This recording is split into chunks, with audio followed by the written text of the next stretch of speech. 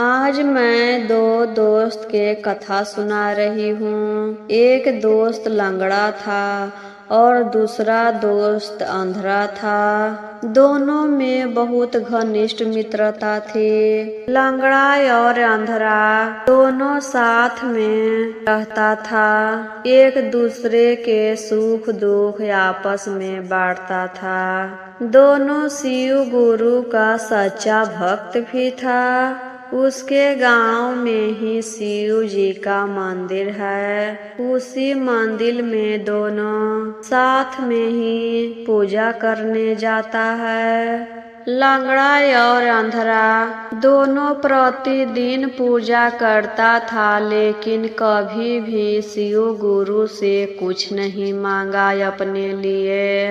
इतना दोनों का कष्ट था, फिर भी कभी भी भगवान से कुछ नहीं मांगा। उसी शिव मंदिर में एक पुजारी रहता था। वह प्रतिदिन दोनों को पूजा करते हुए देखता था और मन ही मन सोचता कि देखो तो यह दोनों कितना कष्ट में है।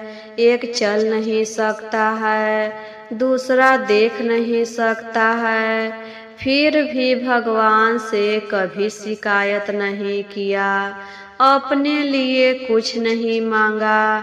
आता है, पूजा करता है और चला जाता है। और दोनों में कितना अच्छा दोस्ती है। साथ में रहता है, साथ में खाता है, साथ में सोता है, साथ में घूमता है और साथ में ही पूजा करने आता है। ऐसा दोस्ती तो हम कभी नहीं किसी के साथ देखें। बहुत दिन तक पुजारी ऐसे ही दोनों को देखता रहा।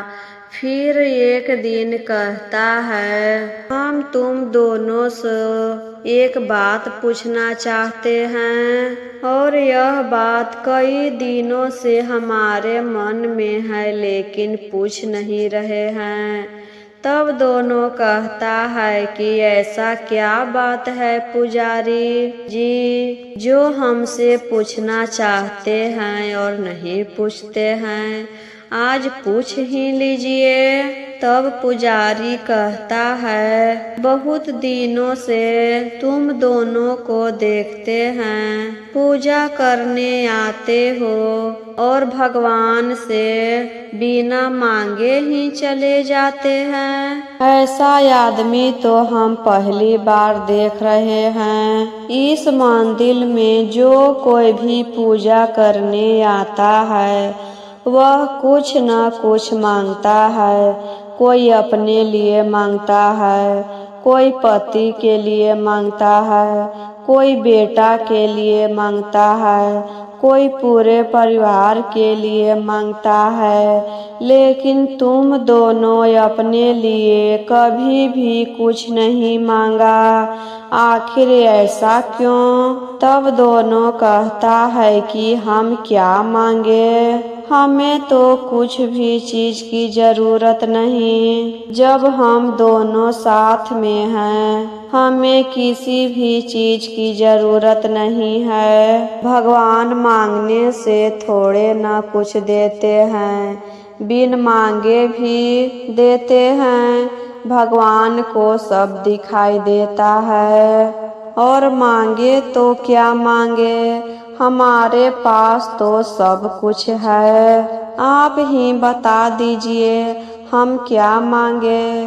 तो पुजारी कहता है कि तुम दोनों के पास तो सब कुछ है, लेकिन अपना शरीर ही नहीं है। कितना भी धन दौलत हो, किसी को काम नहीं आता है। जब तक अपना शरीर है वही धन है, लेकिन तुम्हारे पास अपना शरीर भी नहीं है।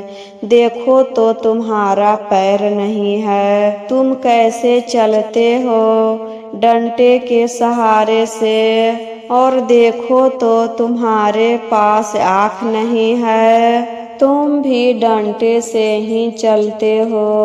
अनुभव करके कहाँ ऊंचा है, कहाँ नीचा है, कहाँ खाई है, कहाँ गीला है, कहाँ सूखा है, फिर भी कहते हो कि हमारे पास सब कुछ है। आँख तो रहना और जरूरी है कि दुनिया देखे कैसा दुनिया है, कैसा यहाँ के लोग हैं। तब लंगड़ा और अंधरा सोचता है कि पुजारी जी सही कह रहे हैं, हमें तो अपने लिए मांगना चाहिए। इतना दिन से हम दोनों पूजा करते हैं और पूजा करके चले जाते हैं, लेकिन अपने लिए कभी भी कुछ नहीं मांगे। फिर दोनों आपस में बातें करता है। दोस्त, पुजारी जी ठीक कह रहे हैं, कल जब हम दोनों पूजा करने आएंगे तो अपने अपने लिए जरूर मांगेंगे। जब कल दोनों पूजा करने आता है तो लंगड़ा कहता है, महादेव, हम इतना कष्ट से आपके दरवाजा पर आते हैं पूजा करने, अब मेरा पैर चाहिए, नहीं तो आपके दरवाजे पर कभी नहीं आएंगे। फिर अंधरा कहता है, महादेव, अब तो आपको मेरा आँख देना ही होगा। इतना दिन से हम पूजा करते हैं, लेकिन आपको हम कभी नहीं देखे कि आप कैसे हैं, यह दुनिया कैसा है, मेरा दोस्त कैसा है। अब आपको तो आँख देना ही होगा, नहीं तो हम आपके दरवाजा पर नहीं आएंगे। इतना कहकर दोनों चला जाता है। अब महादेव जी सोचने लगते हैं, मेरा भक्त कितना सीधा साधा था, पुजारी के बहकावे में आ गया, कभी भी कुछ नहीं कहता था, लेकिन पुजारी के बहकावे में आकर यह हमसे कुछ मांगा है तो इसे तो पूरा करना ही होगा। दूसरे दिन शिव गुरु भेष बदलकर पुजारी के भेष में शिव मंदिर आए। जब दोनों दोस्त पूजा करने आया तो पहले लंगड़ा को अंदर बुलाते हैं और कहते हैं, तुमको पैर चाहिए या नहीं चाहिए। तब लंगड़ा कहता है, हाँ, हमको पैर चाहिए, नहीं तो हम कल से पूजा करने नहीं आएंगे। फिर मन में सोचता है कि यह पुजारी तो कल ही बताया कि अपने लिए कुछ मांगो, जब मांग रहे हैं तो कह रहा है कि क्या तुम्हारा पैर चाहिए। वह सोच ही रहा था कि लंगड़ा का पैर ठीक हो जाता है। वह पूरा नाचने लगता है, खुश हो जाता है। उसके बाद अंधरा आता है पूजा करने, तो अपने लिए आँख मांगता है।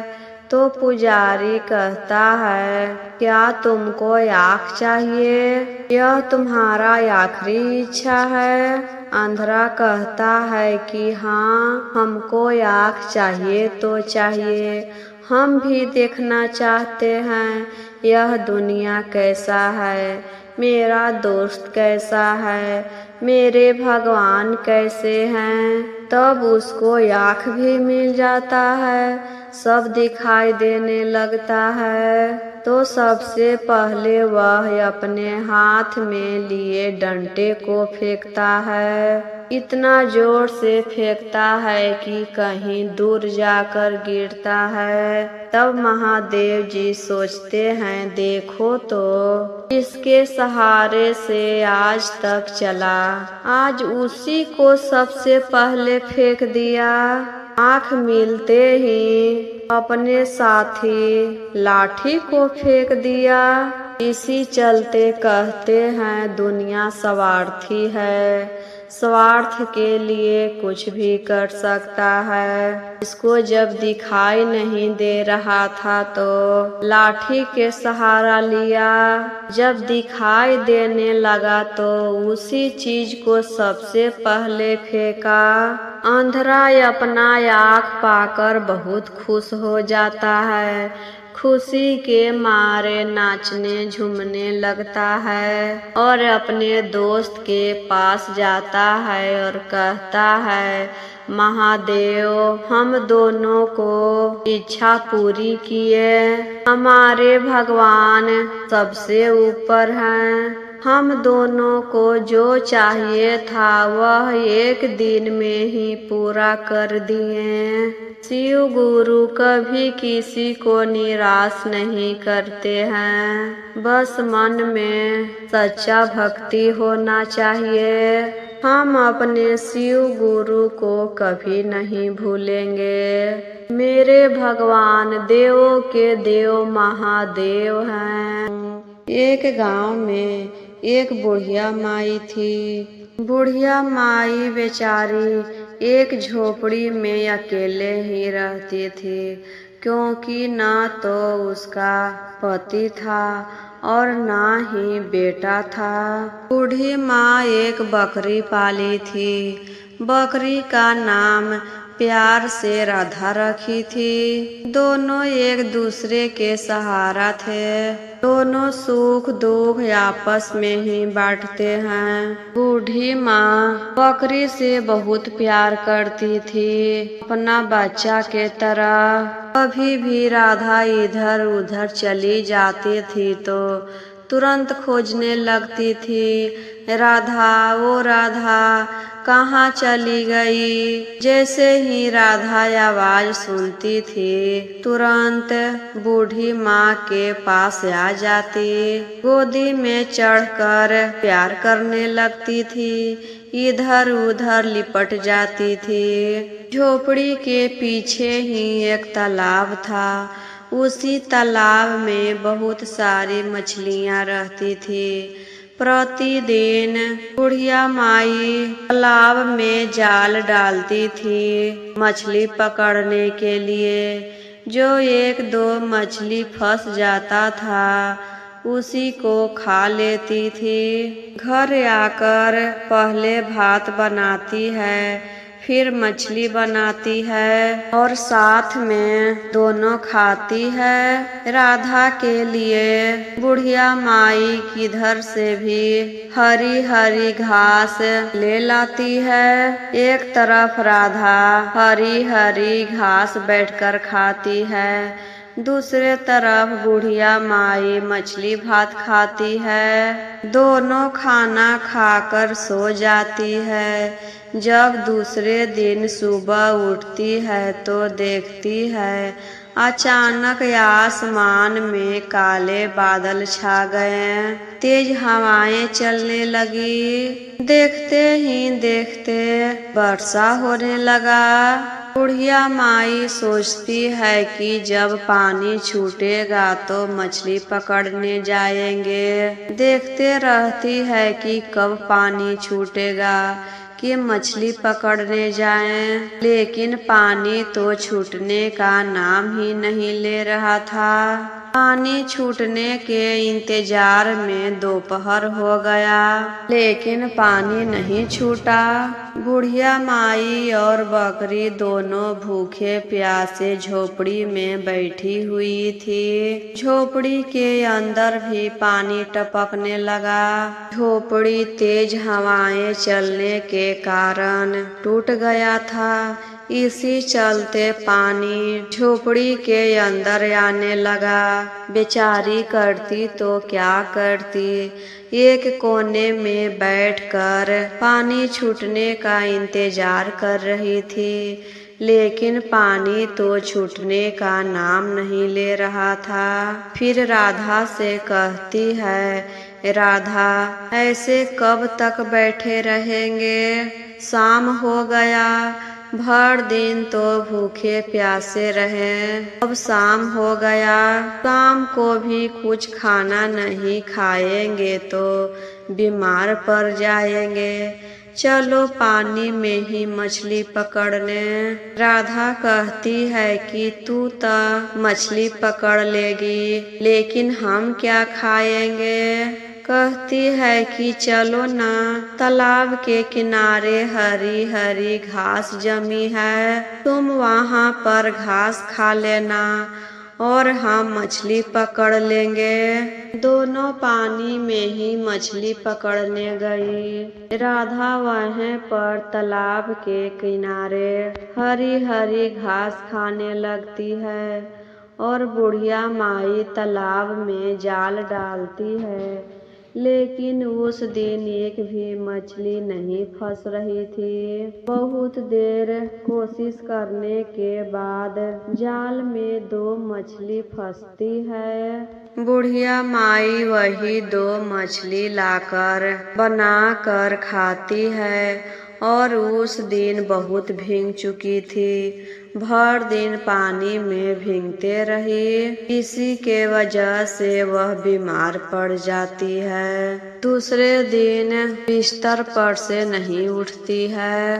राधा ही बुढ़िया माई के लिए खाना बनाती थी, खिलाती थी, बहुत सेवा करती थी, लेकिन फिर भी बुढ़िया माई नहीं ठीक हो रही थी।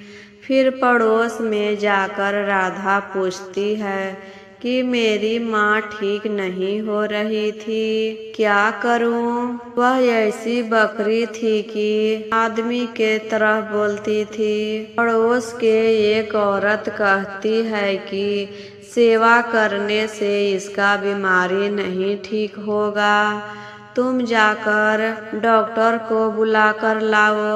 राधा डॉक्टर के पास जाती है और डॉक्टर को बुलाकर लाती है। डॉक्टर इलाज करने के बाद दवा लिख देता है, लेकिन राधा के पास तो एक भी रुपया नहीं था। वह कैसे दवा लेकर आती। फिर वह अपने आप को बेच देती है। जब बकरी खरीदने के लिए गांव देहात में आदमी चलता है, उसी को जाकर कहती है भैया हमको खरीद लो, उसके बदले में हमको पैसा दो, हमको पैसा की जरूरत है। तब बकरी लेने वाला कहता है कि तुम पैसा लेकर किसको दोगी, तुमको तो हमको साथ चलना है। राधा कहती है कि हम 2 दिन के बाद आपके घर आ जाएंगे, हमको पैसा दे दीजिए, हम अपनी माँ को दवा खिलाएंगे, जब वह ठीक हो जाएगी तो हम आपके साथ रहने के लिए आ जाएंगे। तब वह राधा को पैसे दे देता है। राधा दवा दुकान जाकर दवा लाती है और बुढ़िया माई को खिलाने लगती है। 2-3 दिन दवा खाने के बाद बुढ़िया माई ठीक हो गई। जब वह ठीक हो जाती है तो वह सो रही थी। तभी राधा बुढ़िया माई को छोड़कर जो पैसा दिया था उसी के घर चली जाती है। जब बुढ़िया माई उठती है तो राधा को खोजने लगती है। राधा राधा ओ राधा कहाँ चली गई। वह तो घर में नहीं थी, कैसे बोलती। तब बुढ़िया माई खोजते खोजते बाहर आई। फिर पड़ोस में पूछी तो पड़ोस के वही औरत बताती है कि आपकी जो राधा थी वह अपने आप को बेच दी है आपका इलाज करने के लिए। अब तो बुढ़िया माई रोने लगती है और हर गांव में जाकर राधा को ढूंढती है, कि कहीं राधा हमको मिल जाएगी तो लेकर आएंगे। और उधर राधा भी बुढ़िया माई को छोड़कर बहुत रो रही थी, लेकिन करती तो क्या करती, वह मजबूर थी। हर गांव में ढूंढते ढूंढते कई दिनों के बाद जब एक गांव में राधा राधा कहकर पुकार रही थी तो राधा के कानों में आवाज जाता है। वह सुनकर अपने आप को रोक न पाई, दौड़ी दौड़ी बुढ़िया माई के पास आ जाती है और गले से लिपट जाती है। तभी उधर से बकरी खरीदने वाला आ जाता है और कहता है कि यह मेरी बकरी है, हम इसको पैसा दिए हैं। बुढ़िया माई कहती है, बेटा इसके सिवाय मेरे पास कोई नहीं है, इसे मेरे साथ जाने दो, इसके बिना हम नहीं रह सकते हैं और मेरे बिना यह नहीं रख सकती है। यह तो हमारी इलाज के लिए अपने आप को बेच दी थी, लेकिन यह मेरे बिना नहीं रह सकती है, इसे मेरे साथ जाने दो बेटा। तब बकरी खरीदने वाला को दया आ जाता है और कहता है, ठीक है माँ जी, ले जाइए इसे अपने साथ, मेरा तो बहुत बड़ा नुकसान होगा, लेकिन क्या करें, आप दोनों को प्यार देखकर मेरा दिल पसीज गया, हम आप दोनों को अलग नहीं रख सकते हैं। तब बुढ़िया माई अपनी राधा को लेकर अपनी झोपड़ी में चली आती है और कहती है कि आज के बाद ऐसा काम कभी मत करना, हम तुम्हारे बिना नहीं रह सकते हैं, तुम्हारे सिवाय मेरा है ही कौन। बकरी भी वादा करती है कि अब से ऐसा नहीं करेंगे और दोनों साथ में मिलकर रहने लगती है।